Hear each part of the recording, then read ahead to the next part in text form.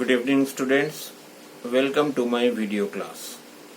Today I shall talk about class 9 English, book Beehive,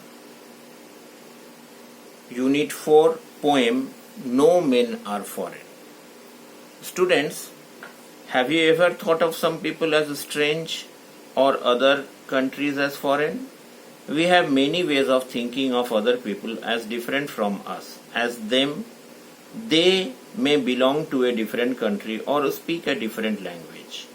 In this poem, however, the poet reminds us of many ways in which we are all the same, for we are all human. Now, let's look at the poem.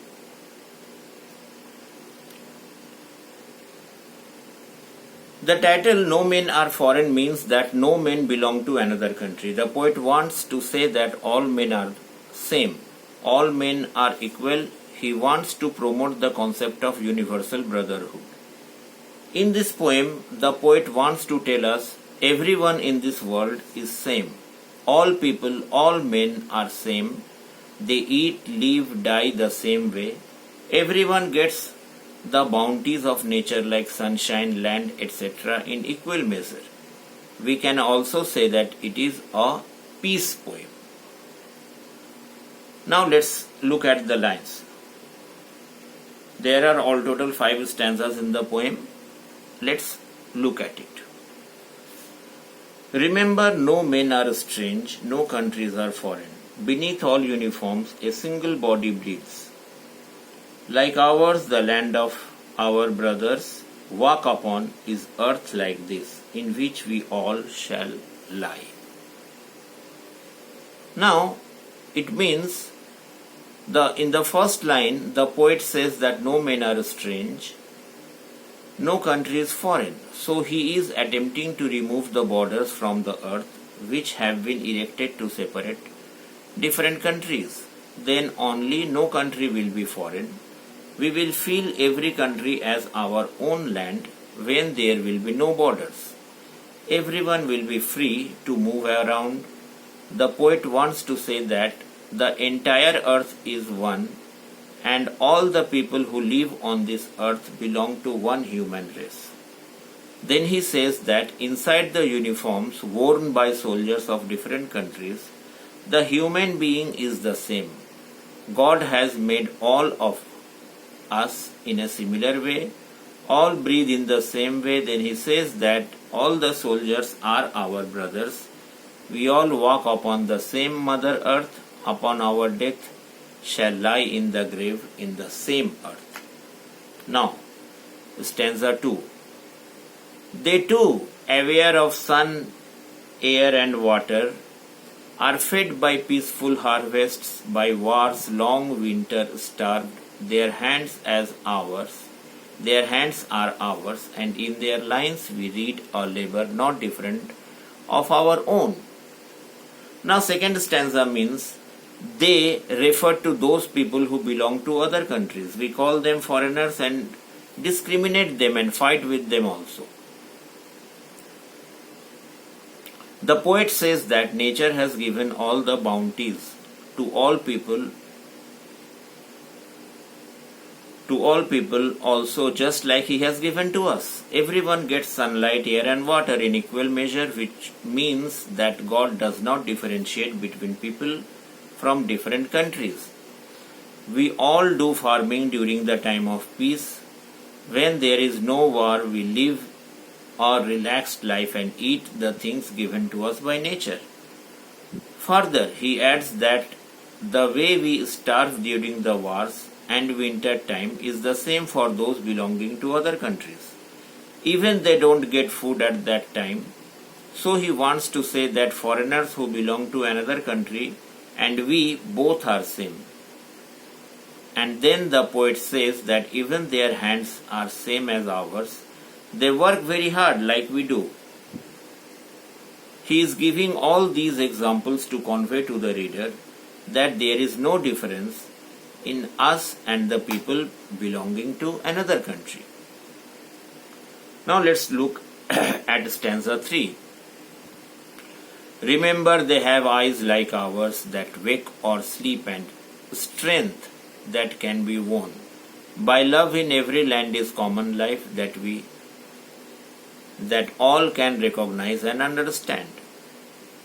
In this stanza, the poet asks the readers to remember something. He says that we should keep in mind that the people of another country whom we think to be our enemies have been bestowed by God with similar appearance like us.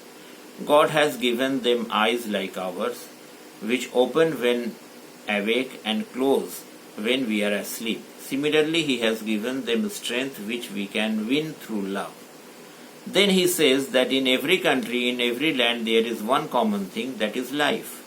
Life means all the things that are living, and if we can recognize them and if we can understand their feelings and realize that they are like us, then there will be no fights or wars between us. Now let's look the fourth stanza of the poem. Let us remember whenever we are told to hate our brothers, it is ourselves that we shall dispossess, betray, condemn. Remember, we who take arms against each other. In this stanza, the poet says that we should remember that whenever someone tells us to hate a person from another country, to think him as our enemy. And whenever we think someone to be our enemy, then we deprive ourselves, we cheat ourselves, and we condemn ourselves. He says that we should stay away from such negativity. We should not consider anyone to be our enemy. During a war, both the parties must bear the loss. And that is why the poet says that war is not in our favor. He says that whenever we pick any weapon against someone, we should remember one thing. Now, fifth and last stanza of the poem. It is the human earth that we defile, our hells of fire, and dust outrage the innocence of air that is everywhere our own. Remember, no men are foreign and no countries strange.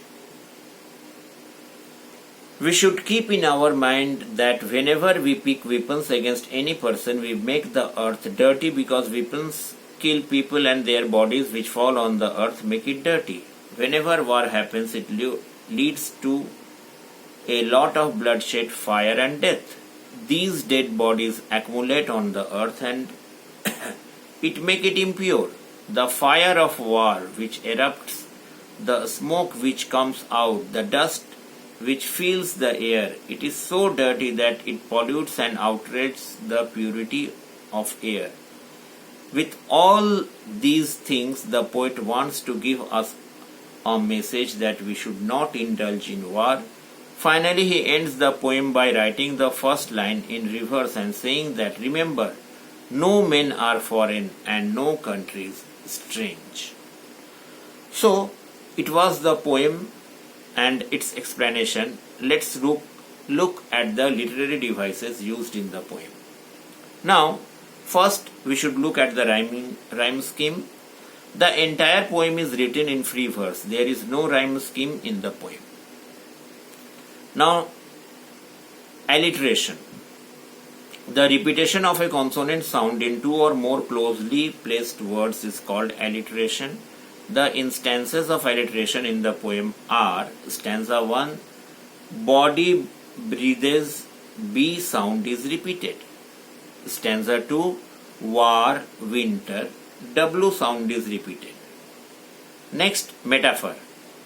Stanza 1, uniform refers to the military of different countries. War time is compared to the winter season. These are two examples of metaphor. Then comes repetition. It is used in the entire poem. Remember word is repeated 5 times in this poem. Remember, no men are strange, no country is foreign is repeated in stanza 1 and stanza 5. Enjambment.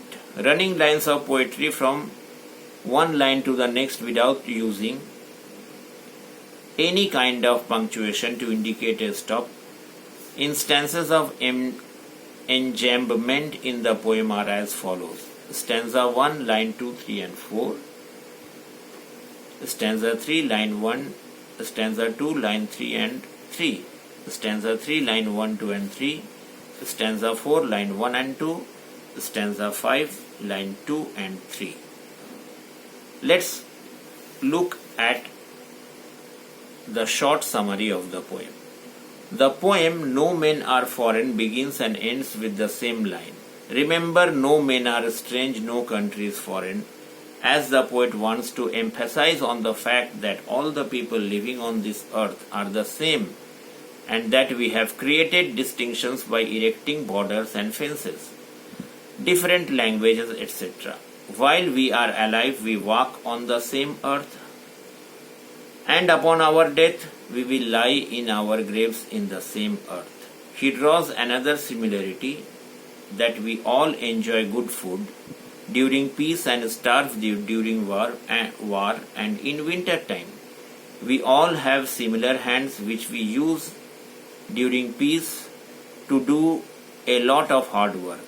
All of us have eyes which remain open when we are awake and closed when we are asleep.